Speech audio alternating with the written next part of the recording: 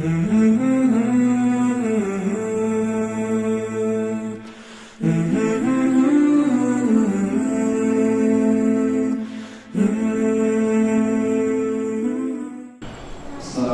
warahmatullahi wabarakatuh. Alhamdulillahi rabbil alamin, wal 'aqibatu lil muttaqin, wala 'udwana illa 'alal zalimin. Wassalatu wassalamu ala asyrafil anbiya'i wal mursalin, nabiyyina Muhammadin wa ala alihi tahirin thayyibin wa ashabihi ajma'in wa man sara ala nahjihim ila yaumiddin. Amma ba'du. Ikhwati yang mudah-mudahan kita semua senantiasa mendapatkan berkah dari Allah Subhanahu wa taala.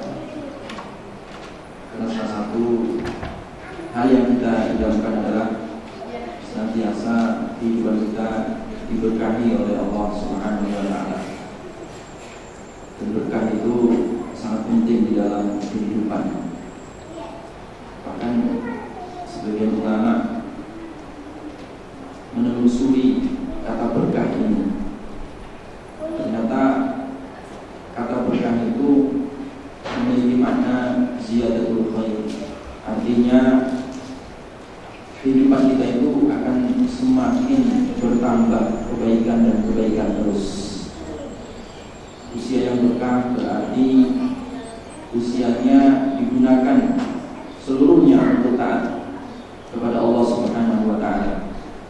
Makanya Nabi sallallahu alaihi wasallam menegaskan, khairun nas man qala umruhu wa hasuna amaluhu.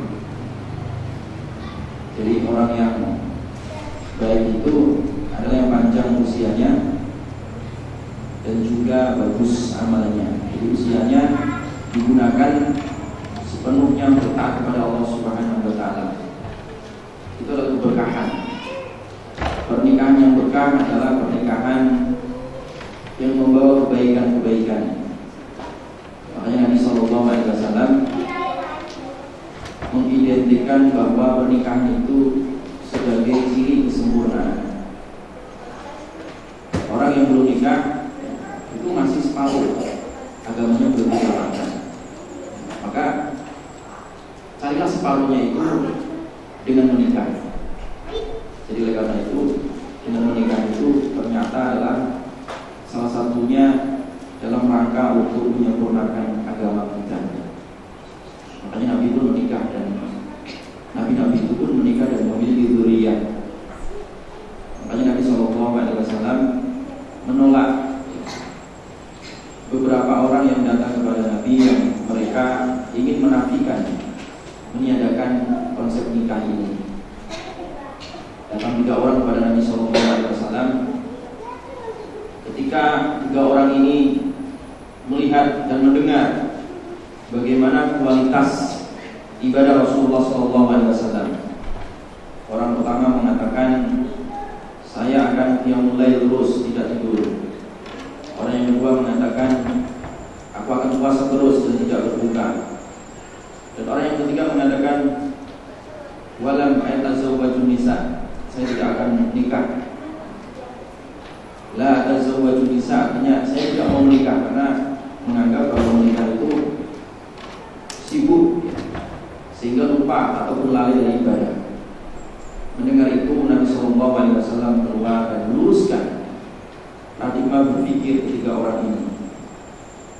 Maka Nabi mengatakan bahwa bukankah aku ini adalah contoh bagi orang yang bertakwa di antara kalian? Man raghiba an sunnati falaysa minni. Orang yang tidak suka dengan sunnahku, maka dia bukan termasuk golongan umatku. Jadi artinya aku ini puasa yang berbuka, aku ini yang mulai dan juga tidur, dan aku memiliki istri. Artinya Nabi SAW sebagai manusia biasa yang diberikan wahyu oleh Allah Subhanahu Wa Taala, fitrah manusia itu adalah membutuhkan untuk menikah. Karena dengan menikah itu adalah ada keberlangsungan kehidupan di sini, ada keberkahan di sini. Makanya Aisyah radhiyallahu anha ketika memberikan motivasi kepada anak-anak muda agar mereka menikah, ya, maka nikahilah wanita itu. Fa inna fihinna barakah. Karena terkadang di wanita itu ketika dinikahi, yang asalnya orang miskin, kemudian dia menikah dengan wanita yang salihah dan di dalam ada barokah, maka Allah akan memberikan rezeki di situ. Bahkan sebagian sahabat mengatakan bahwa carilah rezeki itu di dalam nikah, karena dengan nikah itu ternyata banyak keberkahan. Jadi orang mungkin berpikir panjang ketika mau menikah, banyak rencana, ya. Mau menikah banyak hitung-hitungan angka, ya. Mencari modal ke sana kemari, itu ternyata kurang yakinnya keimanannya akan janji Allah Subhanahu wa Ta'ala. Padahal Allah berjanji kalau orang menikah itu akan yunikumullah, Allah akan mengkayakan kalian. Jadi Allah akan memberikan jalan keluar, akan menjadikan kalian kaya. Maka oleh karena itu, ketika orang menikah itu sebenarnya ketika niatnya itu lurus, niatnya itu benar, maka pasti akan ditolong oleh Allah Subhanahu wa Ta'ala. Jadi karena orang terkadang berpikir nikahnya itu mengikuti gaya artis, mengikuti gaya wanita karir, mengikuti gaya orang-orang yang memang harus sukses secara materi dulu, ya, harus punya rumah dulu, punya mobil dulu. Itu terkadang orang betapa banyak tertunda dari nikah gara-gara hal-hal yang sifatnya materi. Padahal nikah di zaman Nabi SAW itu sesuatu hal yang sangat fitrah, sesuatu hal yang sangat alami. Datang kepada Nabi SAW seorang wanita, saking alaminya urusan nikah ini. Di zaman Nabi itu wanita itu biasa menawarkan diri. Jadi, dan ini dibolehkan di dalam Islam. Seorang wanita menawarkan datang kepada seorang laki-laki untuk dinikahi. Pernah datang kepada Rasulullah SAW seorang wanita datang kepada Rasulullah minta dinikahi. Rasulullah sebagai manusia yang punya kecenderungan dan tidak kecenderungan, artinya Rasulullah SAW diam karena tidak ada tanda kecenderungan. Maka Rasulullah melihat ada sahabat lain dipanggil oleh Rasulullah. Baiklah muslim, apakah kamu ingin nikah? Anak muda ini ditanya oleh Rasulullah. Ya Rasulullah, siapa yang mau menikah dengan saya? Karena merasa pesimis, ya, saking miskinnya ini anak muda, ya. Maka Rasulullah SAW mengatakan kepadanya, iltabis walau khataman min hadid. Kamu pulanglah cari mahar, walaupun itu mahar itu dari cincin besi. Bayangkan, mana ada zaman sekarang anak muda yang maharnya cincin besi? Gak akan pernah ada. Saking miskinnya ini anak. Dia pulang, diperintahkan oleh Nabi untuk mencari mahar. Ternyata di rumahnya tidak ada mahar. Karena tidak ada mahar, dia baliklah kepada Rasulullah SAW. Ya Rasulullah, saya tidak menemukan itu mahar, kecuali illa izari hada, kecuali sarung yang aku pakai ini. Kalau sarung aku pakai untuk mahar, ya Rasulullah, aku pakai apa? Bayangkan sampai seperti itu. Maka Rasulullah SAW mengatakan kepada orang ini, angkat buka bima ma'akan Al-Quran. Jadi aku nikahkan engkau dengan apa yang engkau baca atau engkau hafal dari Al-Quran. Jadi maknanya itu Al-Quran, bacaan Al-Quran. Jadi saking sederhananya, saking alaminya dalam urusan-urusan pernikahan di zaman Nabi SAW. Jadi saking sederhana dan juga saking alami. Tidak seperti zaman kita sekarang. Urusan itu sangat sulit sekali sekarang. Bahkan dipersulit. Jadi atau bahkan ditakut-takuti, sehingga orang nikah itu seakan-akan harus membutuhkan persiapan yang sangat besar, misalkan butuh modal yang besar, butuh tenaga yang besar, dan seterusnya. Padahal di zaman Nabi SAW, orang menikah itu adalah orang yang sangat adalah urusan yang sangat alami, ya, sangat fitrah. Dan itu memang seperti itulah yang Nabi SAW mengajarkan. Jadi agar pernikahan itu tidaklah dipersulit. alami. Sehingga makanya Nabi Shallallahu Alaihi Wasallam mengidentikan keberkahan itu dengan kemudahan. Makanya ketika menikah dengan wanita yang berkah itu yang bagaimana? Nabi memberikan definisi aisarohuna mahar, yang paling mudah maharnya. Yang paling mudah maharnya. Jadi yang paling mudah maharnya artinya apa? Tidak dipersulit. Jadi keberkahan itu identik dengan kemudahan. Jadi tidak ada kata dipersulit. Masalah mahar, ya, masalah hal-hal yang sifatnya teknis. Dan hampir seluruh nabi itu kalau kita lihat bagaimana sejarahnya Nabi Musa. Nabi Musa itu kan mahalnya hutang itu sama siapa? Sama mertuanya. Siapa mertuanya Nabi Musa? Nah, Nabi Syuaib, ya. Jadi ketika disuruh nikah, ya, disuruh milih antara kakak dan adiknya, Nabi Musa akhirnya memilih adiknya dan dinikahi Nabi Musa dengan mahar berapa? Hutang berapa? Disuruh mengembalakan sebanyak berapa? 8 tahun, dan akhirnya Nabi Musa menyempurnakan sampai 10 tahun. Jadi maharnya itu mahar apa? Ijarah. Ijarah itu artinya apa? Dipekerjakan dulu karena nggak ada uang, yang dipekerjakan, kamu kerja di sini selama 8 tahun, nanti itu sebagai mahar kamu. Jadi hal-hal yang sifatnya fitrah sekali, ya. Di dalam Islam itu seperti itu, pernikahan itu sifatnya sangat fitrah dan juga alami dan sangat mudah. Makanya keberkahan itu identik dengan kemudahan. Kemudian berikutnya,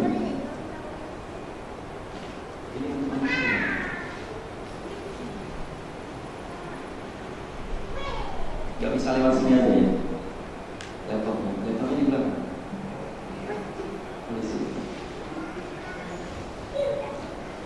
Kita lihat bagaimana hilangnya keberkahan atau fenomena hilangnya keberkahan di keluarga modern saat ini, ya. Jadi kenapa sekarang ini orang nikah itu tidak berkah? Itu kenapa itu? Jadi apa sebabnya? Ini penting untuk dikaji. Kita melihat bagaimana fenomena keluarga modern saat ini itu orang menikah itu hanya sekedar gaya hidup, ya. Bukan untuk tuntunan atau tuntutan syariah, ya. Jadi hanya sekedar gaya hidup saja, ya. Mengikuti tren, ya. Mengikuti gaya. Sehingga ketika seseorang itu keliru di dalam menikah, ya, niatnya keliru, maka proses dan juga tujuan itu juga pasti akan keliru, ya. Makanya sekarang ini kita bisa melihat bagaimana fenomena yang terjadi pada keluarga modern saat ini, ya. Itu sangat memprihatinkan, ya. Jadi mulai orang berkeluarga itu, ya, bukannya bertambah kebaikan, malah justru bertambah sulitnya dia untuk melaksanakan ketaatan. Maka tidak jarang orang menikah, ya, baru menikah kemarin, ya. Kemudian tidak lama dia menikah, bubar keluarganya. Saya pernah didatangi anak muda, ya. Dia dengan muka yang sedih datang dan curhat kepada saya. Dan kebetulan anak muda itu tetangga saya waktu itu. Jadi tetangga begitu. Saya lihat mukanya sedih dan muram begitu. Saya tanya, ada apa mas? Ustaz, saya tadi ketika hendak mengantar istri saya terjadi kelapa gading, itu terjadi pertengkaran, Ustaz. Berlanjut dari malam saya bertengkar, berlanjut sampai pagi, berlanjut sampai saya nyampe ke tempat kerjanya di kelapa gading. Terus tidak sengaja, Ustaz, saya mengucapkan kata-kata cerai. Itu bagaimana hukumnya, Ustaz? Apakah jatuh cerainya atau tidak?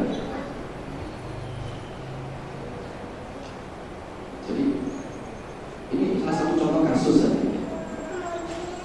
yang akhirnya kan mas ini saya bilang, mas kan baru dari pengantin baru kemarin mas, jadi nggak ada 1 minggu gitu ya. Jadi pengantin baru sekitar semingguan lah. Bukannya masih bulan Magu nggak sih? Bulan Magu apa Ustaz? Berantem terus katanya. Jadi bertengkar terus dengan istri saya. Bahkan endingnya kemarin kita sampai keluar kata cerai itu tadi, Ustaz. Gimana itu, Ustaz? Dan saya ini Ustaz, pacarannya 3 tahun saja. Jadi pacarannya 3 tahun gitu. Jadi ternyata pacarannya 3 tahun, baru seminggu nikah, belum ada seminggu bahkan sudah keluar kata-kata saya. Ini salah satu contoh bagaimana fenomena yang ini hampir umum ya, hampir rata ya, khususnya di kota-kota besar ya seperti Jakarta ataupun Bogor itu angka perceraian itu sangat tinggi sekali. Karena memang dari dasar niat dan juga pemahaman terhadap ilmu tentang fikih nikah ini sangat kurang sekali. Jadi orang itu nikah itu hanya sekedar emosional gitu. Hanya mengikuti emosi yang berbahaya. Makanya kenapa penting kita membahas masalah fikih nikah seperti ini? Karena ilmu itu harus didahulukan sebelum kita melaksanakan apapun kegiatan, baik ucapan ataupun perbuatan. Makanya Imam Bukhari rahimahullah membuka ada satu bab yang beliau buka, dan ini bab yang sangat serius. Beliau mengatakan al-ilmu qabla al-qawli wal amal. Ilmu itu penting, harus didahulukan sebelum orang itu berucap dan juga melaksanakan satu perbuatan. Jadi oleh karena itu ilmu nikah ya, atau fikih nikah itu sangat penting. Makanya acara seperti ini sangat penting sekali. Di kasus-kasus yang terjadi perceraian dan juga hilangnya keberkahan di dalam menikah itu salah satunya adalah ketiadaan ilmu di dalam masalah urusan menikah ini. Karena menikah itu bukan urusan kecil. Menikah itu adalah bukan urusan sepele. Makanya Allah menggunakan redaksi nikah itu mitsaqan ghalidha. Jadi ikatan tali yang sangat ghalidh. Ghalidh itu artinya sangat kuat. Ikatan tali yang sangat kuat. Jadi bukan ikatan tali biasa. Karena dengan nikah itu yang asalnya haram menjadi halal. Jadi dengan tali menikah itu hubungan laki-laki dan wanita menjadi halal. Dia memiliki mertua, memiliki keluarga, kerabat. Jadi hubungannya itu adalah hubungan yang sangat kuat, sangat ghalidh. Dan masalahnya juga masalah sangat kompleks sekali di dalam masalah menikah ini. Makanya fikih nikah, ilmu nikah ini sangat penting sekali, sehingga nanti tidak terjatuh kepada hal-hal yang menyebabkan hilangnya keberkahan di dalam menikah itu. Lanjut Mas.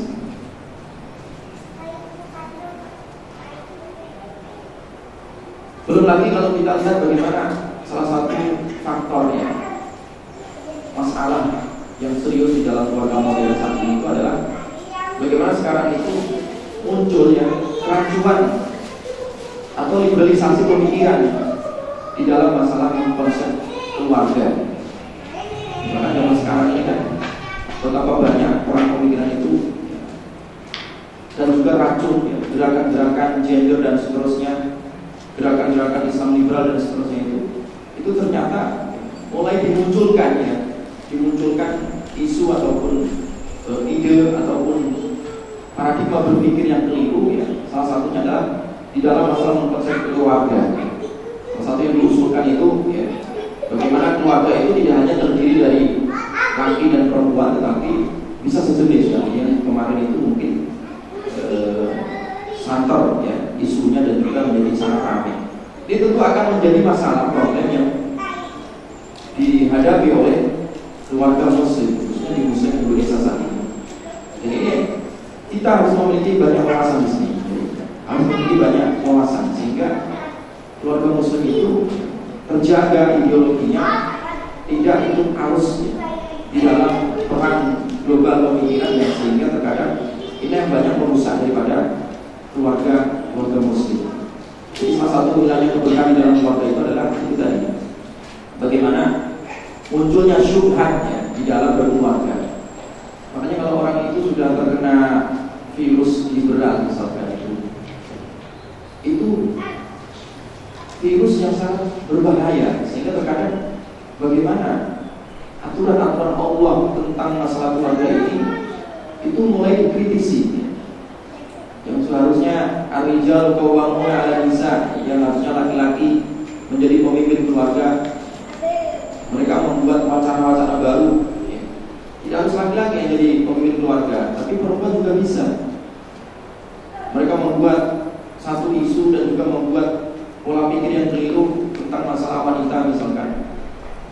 mereka sangat mengejek dan juga sangat menghina wanita sebagai ibu rumah tangga, misalkan sebagai istri, misalkan yang dikatakan bahwa istri itu sebagai kaum tertindas dan seterusnya, derajatnya selalu direndahkan dan seterusnya. Ini adalah rancuan berpikir, sehingga ketika berpikir ini masuk di dalam jiwa seseorang itu, ketika dia menjadi seorang istri itu, ketika dia menyediakan makan, minum untuk suaminya, itu adalah rasa keterpaksaan gitu, karena merasa profesi ini adalah profesi yang sangat merendahkan harkat martabat wanita dan seterusnya, sehingga otaknya itu sudah rusak begitu. Jadi padahal di dalam konsep Islam nanti akan kita jelaskan bagaimana hak antara suami dan juga istri di dalam berumah tangga. Jadi oleh karena itu pemikiran-pemikiran yang menyimpang itu terkadang itulah yang merusak ya, keberkahan di dalam kehidupan berumah tangga. Next terus.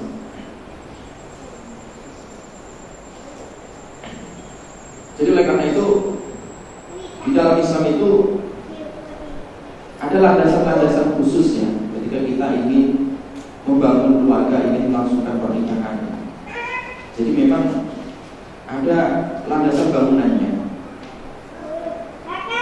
Sebagaimana saya sebutkan itu bahwa ketika seseorang ingin membangun keluarga, maka hendaklah dibangun di atas ikatan perjanjian yang kuat.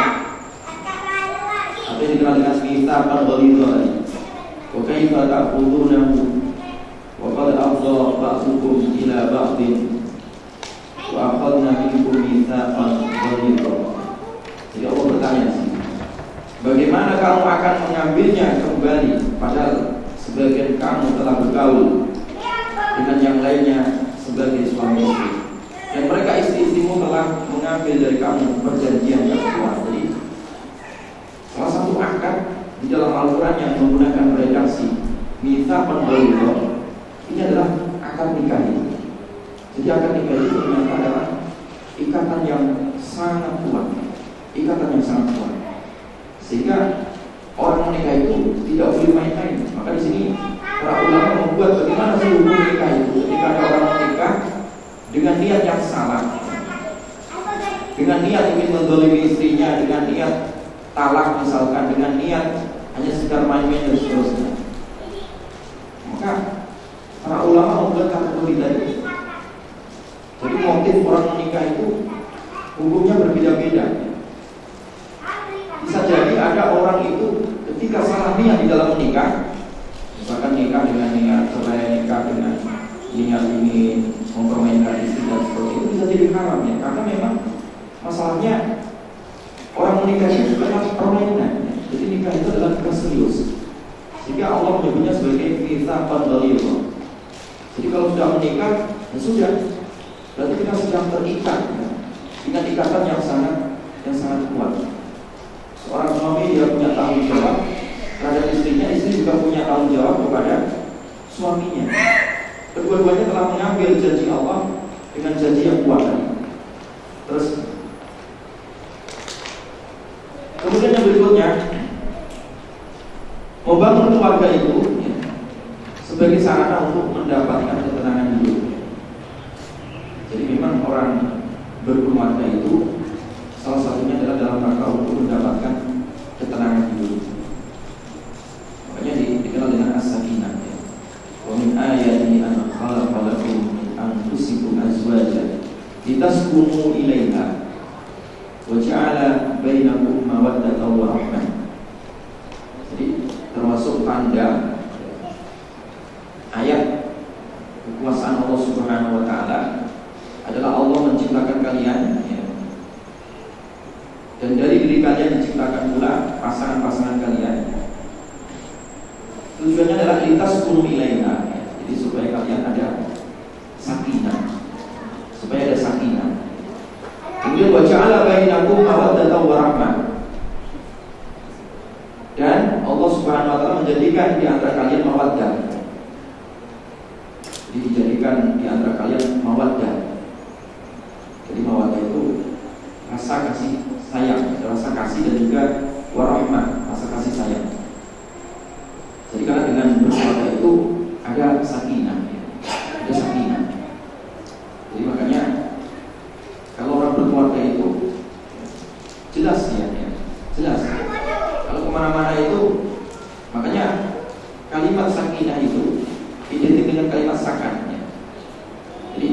Makanya orang kalau punya sakan, punya tempat ya, sukun itu artinya tenang ya.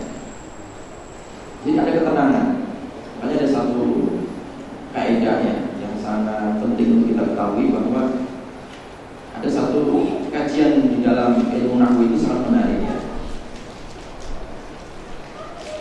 Kapan fi'il mudhari itu ya, kapan fi'il mudhari itu dia tidak berubah-ubah. Jadi fi'il mudhari itu kan kadang bisa yadribu, bisa dhamma ya. Bisa yadriba ketika kena nasab ya. Yadriba, an yadriba dikasih an jadi an yadriba. Jadi bisa nasab, bisa rafa. Kapan dia menjadi sukun? Dia menjadi tenang, tidak berubah-ubah, tidak rafa, tidak nasab. Ternyata ketika ketemu nun nisbah. Nun nisbah itu artinya nun untuk perempuan. Jadi dia bisa tenang, enggak rafa, enggak nasab gitu. Kata orang-orang nahwu mengatakan, inilah filosofi laki-laki itu kalau supaya subur ya, supaya dia tenang, dia harus menikah itu tadi. Jadi harus menikah. Dan dengan menikah itu ada lintas sepuluh ilaika, ada sifat sukun di situ, ada sakinah dan ada ketenangan begitu. Dan itu memang sangat betul dan sangat luar biasa ya. Jadi orang itu ya, dengan menikah itu ada ketenangan yang sangat luar biasa. Juga apa kalau menikah juga sama ya, ada rasa ketenangan, ada mawaddah dan juga ada rahmat di situ. Jadi oleh karena itu Nabi SAW tadi mengidentikan bahwa carilah separuh agama kalian itu di dalam menikah itu tadi, karena dengan menikah itu ada rasa tenang di dalam jiwa manusia. Terus lanjut.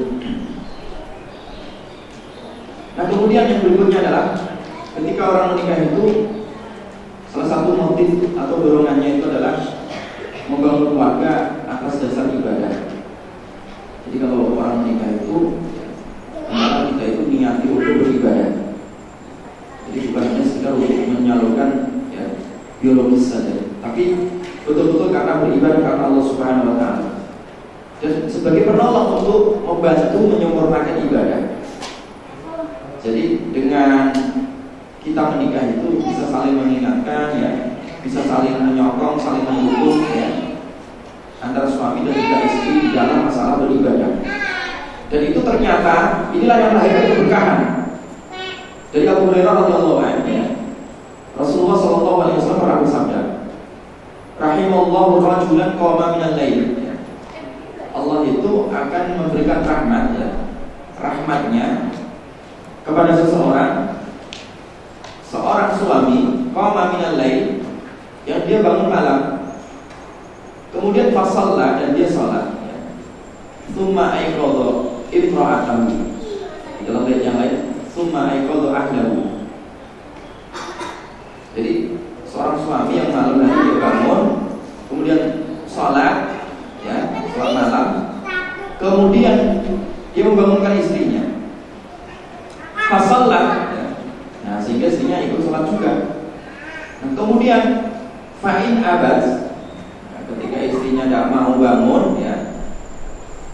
Jadi kalau istrinya tidak mau bangun, yadhiqu bi wajhiha al-ma, maka dipercikkan di wajahnya dari air supaya ikut bangun apa? Salat. Artinya apa di sini? Ada ta'awun, saling tolong menolong di dalam apa? Beribadah. Demikian juga ketika yang bangun duluan adalah istrinya. Wa rahimallahu ra'atan qamat minal lail fa shallat thumma aiqadhat zaujaha. Demikian juga Allah memberikan rahmat bagi seorang istri yang dia bangun malam, kemudian dia sholat, nah kemudian dia membangunkan suaminya sehingga dia sholat. Kalau suaminya tidak mau sholat, dipercikan air di wajahnya sehingga mau sholat. Jadi artinya apa di sini? Jadi dengan saling tolong menolong di dalam beribadah ketika orang itu berumah tangga, ketika menikah tadi itu, itulah yang mendatangkan rahmat, mendatangkan rahmat Allah, mendatangkan keberkahan Allah Subhanahu Wa Taala. Jadi ternyata ini, ya, ternyata ibadah itu, ya, saling tolong menolong di dalam beribadah, saling mengingatkan, ya, saling membangunkan, ini tadi, saling mengajak, ya. Itu ternyata yang mengundang rahmat Allah Subhanahu wa Ta'ala. Jadi akan mengundang keberkahan di situ. Dan pasti berkah di keluarga.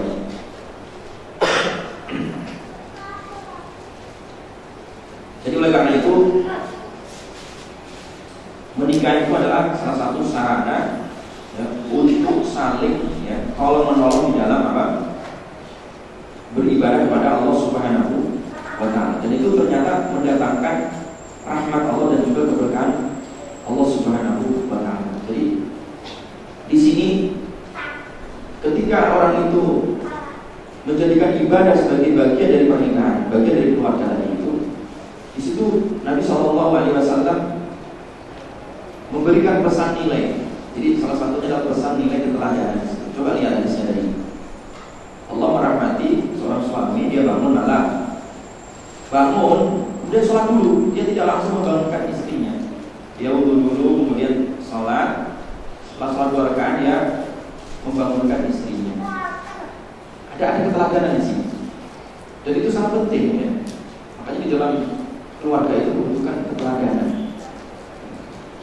Di dalam ayat itu kan jelas, ya ayyuhalladzina amanu qu anfusakum wa ahlikum. Jadi qu anfusakum, ya. Jagalah diri kalian. Jadi dimulai dari diri kalian.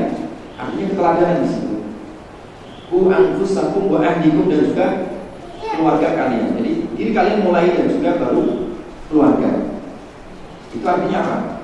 Jadi di dalam berkeluarga itu penting ada internalisasi nilai keteladanan di sini, baik dari suami ataupun dari apa? Istri di sini. Sehingga apa? Ada saling, ya, tolong menolong di dalam menyempurnakan ibadah kepada Allah Subhanahu wa Ta'ala. Next, mas.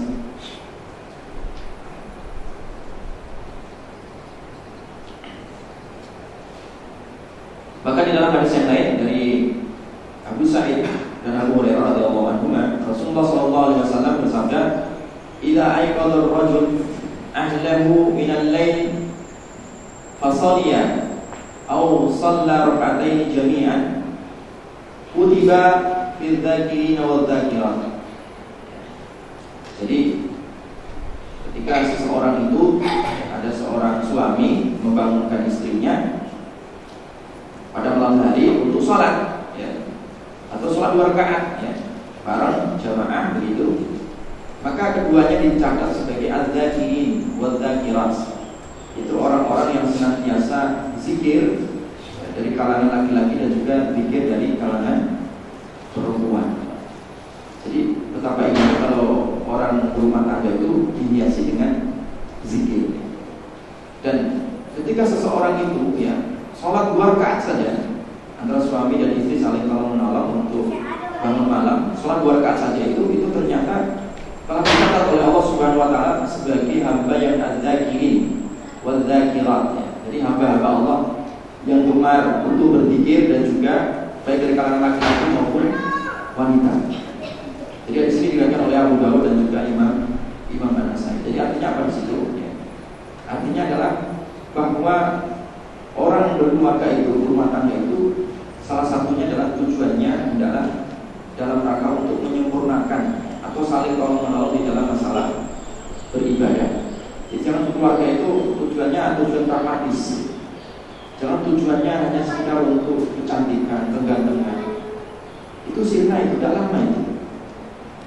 Kalau orang itu niatnya hanya terpikat karena kegantengan ataupun kecantikan, itu Allah akan hilangkan itu, tidak lama itu. Demikian juga karena hartanya, Allah akan hilangkan itu hartanya. Atau karena nasabnya juga sama, ya. Tidak akan membuatnya dia kaya dan seterusnya. Makanya niat itu sangat penting tadi. Niatnya adalah untuk beribadah. Pernah datang kepada Ustaz itu, ada seseorang itu yang dia bingung begitu, ya. Bingung di dalam rumah tangganya. Karena bingung itu, dia setiap kali kerja itu nggak jadi kerja, gitu.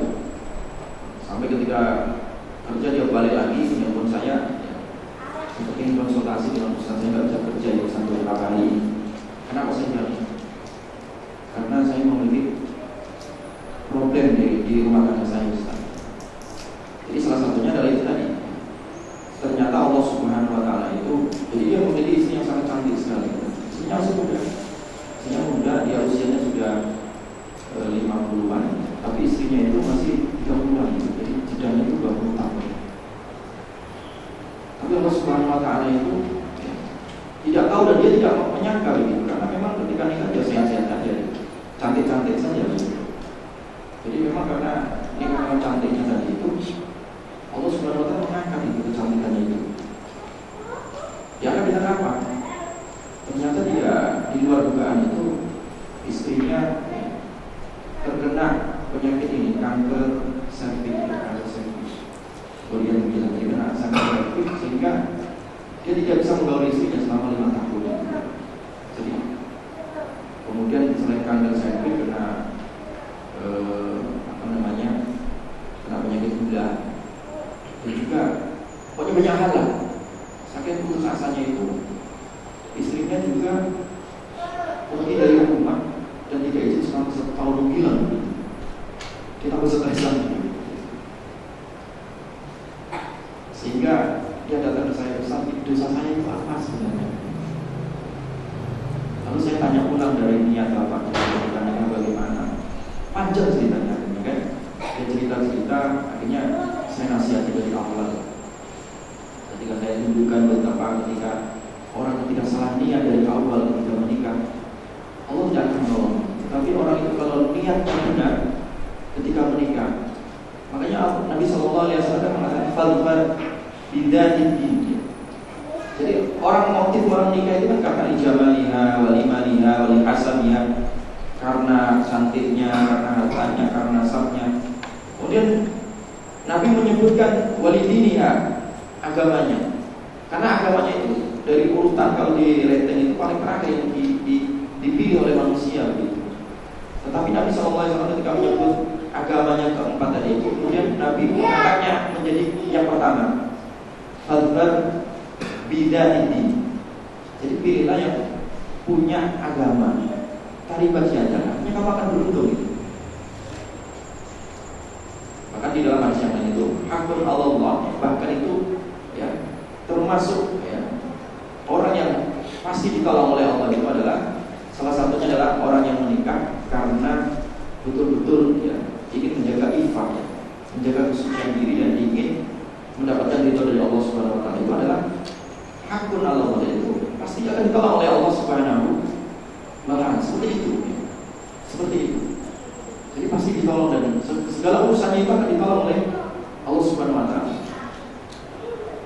Karena pribadi saya itu dulu waktu mau nikah itu nggak punya apa-apa gitu. Jadi si kuliahnya kuliah semester 1 S1 itu sudah kepingin nikah. Jadi artinya ketika mau nikah itu saya yang paling pertama saya berdoa kepada Allah dan juga tidak lupa meminta doa kepada ibu. Itu yang paling penting. Saya doa sama ibu, bilang sama ibu supaya didoakan. Saya kepingin dapat isi yang hafal Quran ibu. Jadi udah saya doain gitu. Dan waktu itu saya tinggal di masjid begitu ya, tinggal di masjid. Dan kebetulan ya, jadi kebetulan itu waktu itu saya ngimami masjid dan juga mengelola lembaga apa yang TPA dan orang-orang yang begitu. Nah, kebetulan kekurangan guru yang ingin untuk mengajar di TPA begitu ya. Jadi secara tidak sengaja itu ya banyak yang daftar begitu ya, banyak yang daftar ya. Akhirnya ada salah satu yang mendaftar itu yang sekarang jadi istri saya begitu ya. Jadi nggak sengaja aja begitu. Jadi artinya mendaftar dan sengaja sebenarnya tidak mendaftar. Jadi ternyata itu dia bingung. Ketika bingung itu mampir ke masjid ya, gitu. Dan tiba-tiba ada pengumuman dan ingin mendaftar gitu loh. Dan itu ternyata jadi jodoh saya. Jadi jodoh itu tidak diundang oleh Allah sendiri gitu kan. Ternyata bingungnya itu adalah cikal bakal jadi jodoh gitu. Kalau tak kenal. Ketika mau nikah juga nggak punya duit saya. Pas ketika mau menikah itu, saya berdoa, ya Allah, saya itu mau menikah tapi nggak punya duit, bagaimana ini? Kasihlah saya rezeki, ya Allah. Saya sholat aja lanjut gitu. Ketika besok itu kuliah, itu hari terakhir, ya, hari terakhir, dan mau liburan Ramadan gitu. Saya ketika sudah aku menjanjikan mau melamar gitu, tapi nggak ada duit, gimana caranya ini? Gitu kan. Kemudian karena pulang dari kampus, saya satunya di Libya pulang dari kampus.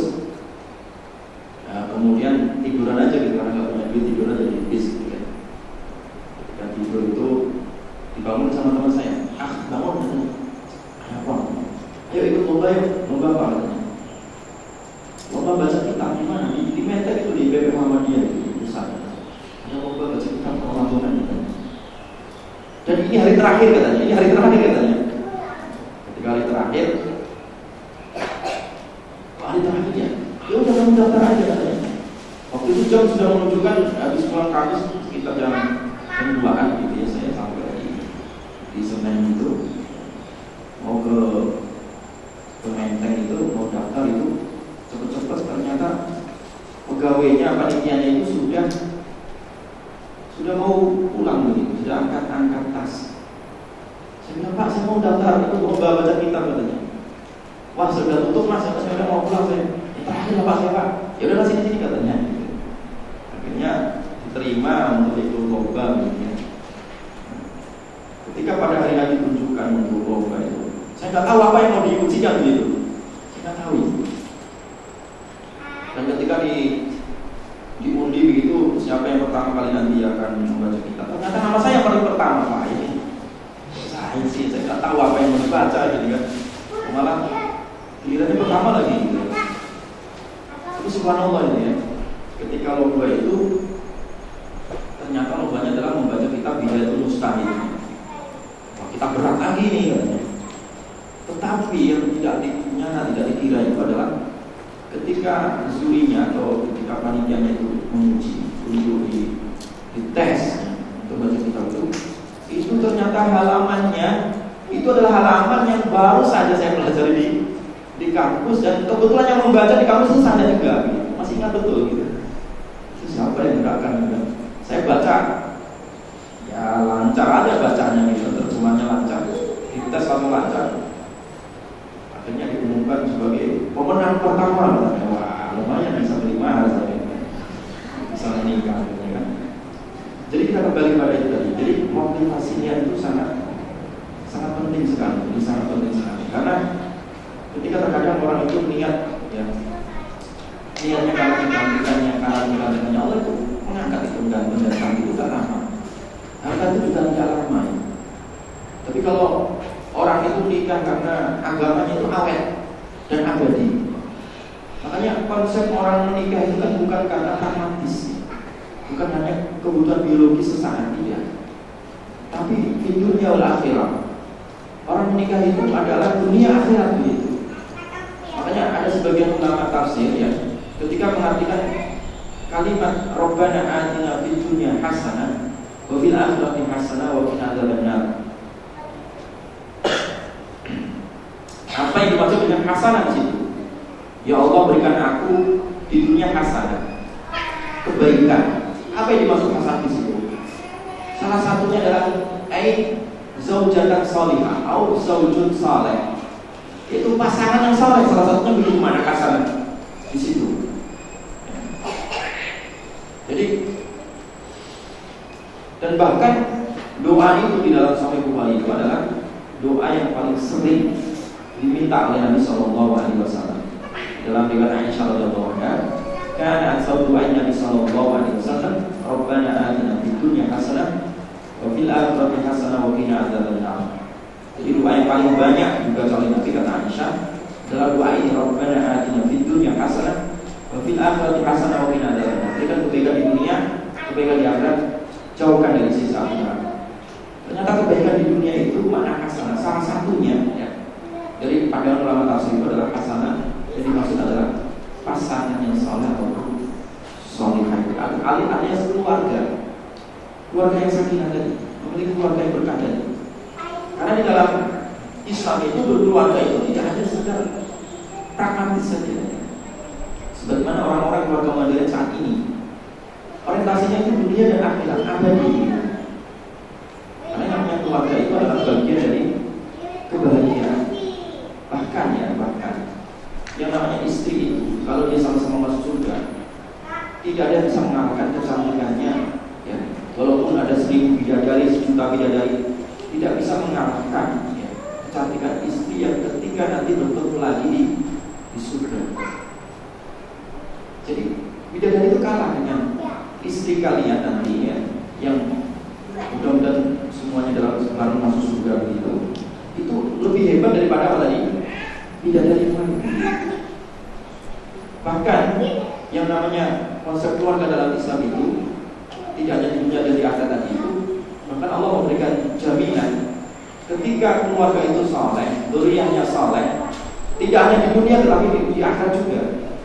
Walladzina amanu wattaba'athum dzurriyyahum biiman. Ketika orang yang beriman itu membangun keluarganya, dzurriyyahnya, diiringi dzurriyyahnya yang beriman, apa yang dijanjikan oleh Allah? Al-haqna bihim dzurriyyatahum, maka akan kami jumpakan kembali, kami temukan kembali dzurriyyah mereka. Wa ma alatnahu min 'amalin min syai', dan kami tidak sedikit pun mengurangi daripada amal mereka. Jadi artinya apa ini konsepnya? Konsep utuh bahwa berkeluarga itu di dunia dan juga di akhirat. Jadi memang abadi begitu, bukan sifatnya pragmatis saja. Jadi sifatnya adalah abadi. Abadi itu adalah ketika keluarganya itu adalah keluarga yang berkah ya, mawaddah dan juga rahmat. Makanya ini penting, ini dasar-dasar dulu ya, jadi untuk dasar. Next terus mas. Kemudian yang berikutnya adalah bahwa membangun keluarga itu ya, menikah itu adalah atas dasarnya adalah dasar ta'awun ya. Jadi dasar yang sifatnya saling menolong, saling memahami, tolong menolong, menghormati. Jadi bukan saling menuntut haknya. Jadi kalau orang menikah itu ya, orang menikah itu yang dilihat itu adalah kewajibannya, jangan terlalu fokus pada haknya. Hak saya apa? Kalau begitu nanti akan muncul sifat egoisnya pasti lebih dominan daripada empatinya.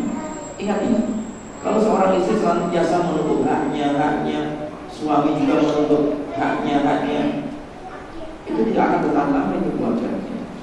Makanya di sini penting ada konsep tafahum ataupun ta'awun ya. Jadi dibangun atas dasar saling menolong, saling memahami. Jadi terkadang orang itu tidak melihat ke sana. Padahal yang namanya orang menikah itu kan dari jenis yang berbeda, dari watak yang berbeda, dari keluarga yang berbeda, dari iklim yang berbeda, dari cara makan yang berbeda, ya, dari selera yang berbeda, semuanya berbeda. Kemudian bertemu, kalau tidak saling memahami perbedaan-perbedaan itu sulit rasanya untuk mendapatkan satu sakinah. Makanya di sini penting tafahum, ta'awun di sini, saling memahami di sini. Jadi oleh karena itu Allah Subhanahu Wa Taala membuat satu pernyataan yang sangat luar biasa indahnya. Hunna libasul lakum wa antum libasul lahum. Jadi mereka itu, istri-istri itu adalah libas, pakaian bagi diri kalian, dan kalian itu adalah juga pakaian bagi istri-istri kalian. Jadi bayangkan, kita sebagai suami, kita sebagai istri, ibaratnya seperti pakaian itu apa? Pakaian itu sebagai alat untuk menutup, melindungi dari segala hal yang tidak kita inginkan, melindungi dari panas, melindungi dari dingin, melindungi dari air. Sehingga di sini adalah antara suami dan istri itu diibaratkan oleh Allah Subhanahu Wa Taala seperti baju, seperti pakaian yang saling membutuhkan, yang saling melindungi. Makanya di sini perbedaan itu tidak boleh ditonjolkan, tapi anggaplah bahwa perbedaan itu seperti perbedaan yang ada di taman bunga begitu. Perbedaannya justru menjadi satu keindahan yang unik.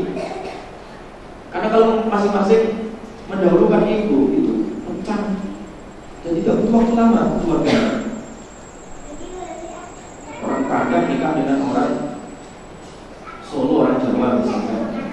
Orang Padang tanya pedes terus ketika istrinya masak, kok manis ya bubur masakannya, ya rusak. Ya. Karena kalau mendahulukan ego masing-masing, kata istrinya, kok sukanya pedes terus, mulus di perut. Jadi nggak akan ketemu itu. Ini hal-hal yang sangat sepele, ya. Yang terkadang itu menjadi masalah besar, ya. Karena yang namanya di dalam keluarga itu sesuatu yang sedikit. Percikan api itu, setan itu berusaha maksimal untuk mengobarkannya sehingga menjadi sarana untuk membakar rumah tangga. Dan setan itu, ya, jadi raja setan alias iblis itu memberikan penghargaan yang setinggi-tingginya kepada prajuritnya, anak buahnya itu ketika berhasil membuat fitnah atau perpecahan di tengah-tengah keluarga atau menjadi. Di dalam dewan dijelaskan bahwa setan itu menempatkan kerajaannya di tengah laut. Ketika dia mengabsen satu-satu anak buahnya, kamu apa kerjaan kamu hari ini? Saya begini-begini, itu biasa.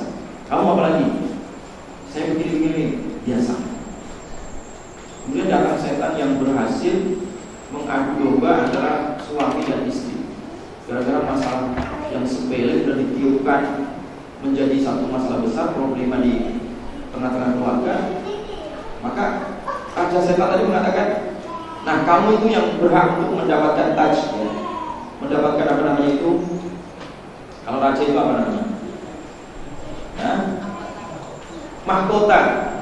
Kamu yang berhak mendapatkan mahkota ini.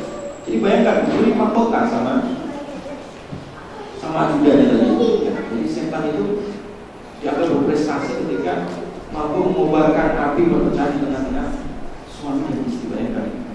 Makanya saya katakan tadi bahwa di dalam berkeluarga nanti, ya, kalian kalau berkeluarga itu jangan senantiasa menonjolkan hak masing-masing. Jadi dia ada kewajibannya. Yang dilihat itu adalah titik temunya, bukan perbedaannya. Tidak akan ketemu itu. Yang namanya lisan lidah itu bisa dibohongi juga. Rasa itu tidak bisa dibohongi. Apa sponsor gitu. Tapi ternyata ya memang benar bisa dibohongi, tetapi itu bisa diatur gitu, rasa itu. Rasa itu kan karena kebiasaannya. Jadi kalau orang Jawa misalkan dekat dengan orang Padang, yang orang Padang biasanya pedas, ya orang Padang nggak kenal kecap, orang Jawa sebabnya kecap gitu. Itu lama-lama juga ketemu gitu, ketemu lama-lama. Yang Padang juga sudah cocok dengan lidah Jawa, yang Jawa juga cocok dengan lidah Padang bersama. Itu contoh-contoh yang sangat sederhana. Oleh karena itu kita harus menggunakan konsep libasan, bahwa di dalam rumah tangga itu adalah konsepnya adalah konsep libas, baju, saling melindungi, saling menutupi aib masing-masing, bukan saling mengungkit-ungkit. Jadi terkadang ada masalah itu suka ungkit-ungkit itu. Apalagi istri terkadang suka mengungkit-ungkit biasanya. Suami juga sama begitu. Makanya Nabi SAW ketika Isra dan Mi'raj-nya ditampakkan di neraka itu, ternyata sebagian besar mayoritas penduduk neraka itu adalah dari perempuan, dari wanita. Ketika ditanya kepada malaikat Jibril, kenapa itu mereka masuk neraka itu? Dijawab oleh malaikat Jibril, karena istri yang tidak pandai bersyukur dengan nikmat yang diberikan oleh suaminya, dan suka mungkin nikmat itu tadi. Jadi satu penyakit, ya, satu penyakit ketika orang itu tidak pandai syukur, tidak pandai saling memahami itu tadi. Sehingga yang terjadi itu tadi, ya, jadi saling mengungkit, ya. Khususnya biasanya kalau masalah nikmat kurang bersyukur dengan pemberian suaminya dan seterusnya, itu ternyata mendatangkan azab gitu. mayoritas penduduk neraka yang umumnya adalah perempuan tadi, salah satu penyebab utamanya adalah karena kurangnya sifat syukur istri terhadap pemberian suami. Inilah yang penting untuk diperhatikan. Makanya kalau kita lihat bagaimana sejarah para sahabat itu sangat luar biasa. Peran istri, peran suami itu sangat luar biasa saling memahami. Saya sebutkan misalkan ada satu program yang sangat luar biasa, ya. Jadi seperti dalam hadis Nabi Shallallahu Alaihi Wasallam tentang bagaimana keluarga yang sangat luar biasa idealnya, yaitu Abu Talha dan Ummu Talha. Ya. Abu Talha itu lama tidak memiliki keturunan dan punya keturunan, punya anak kecil gitu dan sakit. Kebetulan Abu Talha itu tidak ada di rumah, Istrinya, Ummu Talha tadi itu, ketika melihat anaknya yang panas dan juga sakit dan bahkan akhirnya meninggal gitu. Ya, tentu kalau orang biasa itu dia akan panik gitu. Tapi ada satu pelajaran penting yang bisa kita ambil dari sahabat Ummu Talha ini. Jadi bayangkan dia dititipi anaknya, dan itu anak yang tersayang begitu, dan ternyata diambil oleh Allah, meninggal anaknya, sakit anaknya dan meninggal, dan suaminya tidak ada di rumah gitu. Bagaimana gejolak ya perasaan seorang istri waktu itu ya. Tapi saking pintarnya Ummu Talha ini dan tebalnya keimanan Ummu Talha ini, maka ada satu pelajaran penting di sini yang sangat luar biasa. Ya, ketika melihat anaknya yang meninggal tadi itu, dia mengatakan kepada keluarganya, wahai keluargaku, jangan ceritakan kasus ini kepada suami, biarkan aku sendiri yang akan menceritakannya. Jadi bagaimana Ummu Talha itu mampu melerai emosi, melerai kesedihannya tadi demi untuk membahagiakan suaminya. Bahkan ketika Abu Talha datang ke rumah, itu, ya, dia tanya tentang kondisi anaknya. Tapi dengan kehebatan lihainya Ummu Talha itu, ketika suaminya datang malam hari, kemudian sudah Bapak untuk bersih diri, kemudian istirahatlah. Besok kita lanjutkan berbincang-bincang. Suaminya yang dalam keadaan capek ya, yang dari luar rumah, dia capek besok istirahat malam. Ummu Talha tidak langsung menceritakan kasus kematian anaknya tadi. Dan itu anak yang paling dicintai. Keesokan harinya ketika suaminya sudah fresh ya, sudah tenang ya, sudah hilang capeknya. Ini nanti kalau video ini sudah hilang capeknya, kemudian terjadilah dialog ya, sambil sarapan begitu, sambil santai ya begitu.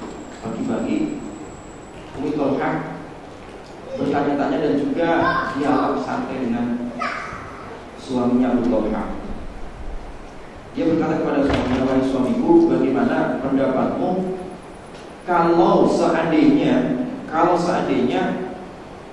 ada orang yang menitipkan barang ke kita, mengamankan barang kita, kemudian barang itu diambil kembali sama pemiliknya.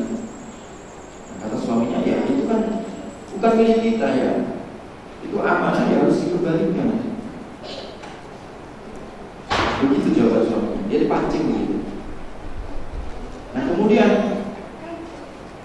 Ummu Talha melanjutkan, wahai suamiku, bagaimana pendapatmu kalau ternyata yang diamanahkan, yang dititipkan kepada kita ternyata sekarang sudah diambil oleh Allah Subhanahu wa Ta'ala. Bagaimana kabar anak kita?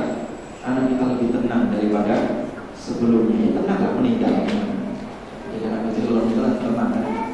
Jadi subhanallah. Jadi akhirnya Abu Talha baru nyadar bahwa ternyata anaknya itu dipanggil oleh siapa? Allah Subhanahu wa Ta'ala. Tetapi dengan gaya ya, dan cara yang arif yang dilakukan oleh seorang istri sosok Ummu Talha itu membuat hal-hal yang sifatnya tegang tadi ya, hal-hal yang sifatnya problematis tadi itu menjadi terurai dan ngalir ya begitu. Itu Itu karena kepiawaian itu tadi. Jadi bagaimana, itulah contoh bagaimana kalau seorang istri dan suami itu berperan sebagai libas, sebagai pakaian antara yang satu dengan yang lainnya, sehingga tidak ada masalah apapun kecuali masalah itu akan terurai. Dilanjutkan. Kemudian berikutnya,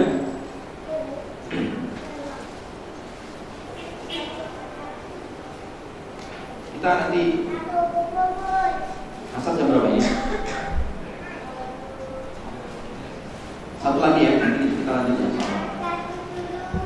Nah, kita membangun keluarga itu, kita menikah itu ya, itu juga atas dasar amanah begitu. Jadi motifnya itu, orientasinya adalah kita menjaga amanah. Kita harus sadar bahwa masing-masing dari kita nanti, istri ataupun suami, itu sama-sama adalah amanah, mengemban amanah dari Allah Subhanahu Wa Taala. Nabi Sallallahu Alaihi Wasallam mengatakan, "Kullukum ra'in wa kullukum mas'ulun an ra'iyati." Jadi masing-masing kalian itu adalah bertanggung jawab, ya, mas'ul, ya, dari apa yang diamanahkan, ya, dari apa yang dipimpinnya. Wal amiru ra'in wal rajulu ra'in ala ahli baiti. Semuanya adalah kita mengemban amanah ini. Ya, pemimpin ya amanah bagi rakyatnya, suami ya juga amanah, mengemban amanah terhadap keluarganya. Wal mar'atu ra'iyatun ala baiti zawjiyah, ini juga istri ya juga mengemban amanah untuk menjaga keluarganya dan juga anaknya. Wa kullukum ra'in wa kullukum mas'ulun an ra'iyati. Jadi setiap kalian itu adalah pemimpin dan pasti akan dimintai tanggung jawab ya, atas kepemimpinannya itu. Jadi oleh karena itu, ini adalah satu prinsip tanggung jawab di sini. Sehingga orang nikah itu nanti di asal-asalan dia punya belajar untuk bertanggung jawab. Karena dia akan ditanya nanti bagaimana mengatur istrinya, memimpin istrinya, ya, anak-anaknya, ya. Itu nanti akan ditanya oleh Allah Subhanahu Wa Taala. Jadi oleh karena itu Nabi Sallallahu Alaihi Wasallam di dalam hadis Imam An-Nasai juga bahwa Inna Allah sa'ilul kulla ra'in amma istar'ahu. Jadi bahwa sesungguhnya Allah nanti akan bertanya pada setiap pemimpinnya tentang apa yang dipimpinnya. Ahfidhu dhalim am dhuyya. Apakah amanah itu dipelihara ataukah disia-siakan? Hatta yus'al ar-rajul an ahli baiti.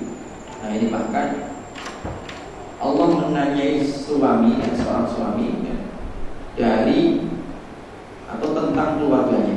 Jadi tentang keluarganya ditanya itu, alias itu nanti kita akan melaporkan kepada Allah, ya. Kita akan bertanggung jawab di hadapan Allah tentang istri kita atau tentang keluarga kita. Jadi oleh karena itu tadi bahwa orang berkeluarga itu adalah sifatnya adalah bertanggung jawab, karena kita mengemban amanah yang sangat berat. Kita punya tanggung jawab pada istri. Kalau kita membiarkan istri kita, istri tidak dipegang, istri tidak dikendalikan, istri tidak dididik, itu berat tanggung jawabnya. Makanya Nabi Sallallahu Alaihi Wasallam menegaskan bahwa la yadkhulul jannata dayus. Tidak masuk surga itu dayus. Dayus itu apa? Dayus itu adalah seorang suami ya, yang membiarkan dan tidak punya rasa cemburu terhadap istri dan anak-anaknya. Istrinya tidak berjilbab dibiarkan, anaknya tidak berjilbab dibiarkan, ya. Istrinya tidak sholat dibiarkan, ya. Anaknya juga dibiarkan.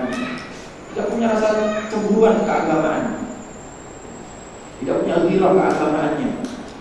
Itu dayus namanya. Itu makanya dia tidak masuk surga itu, karena tidak punya rasa tanggung jawab terhadap istrinya, tidak punya tanggung jawab pada keluarganya.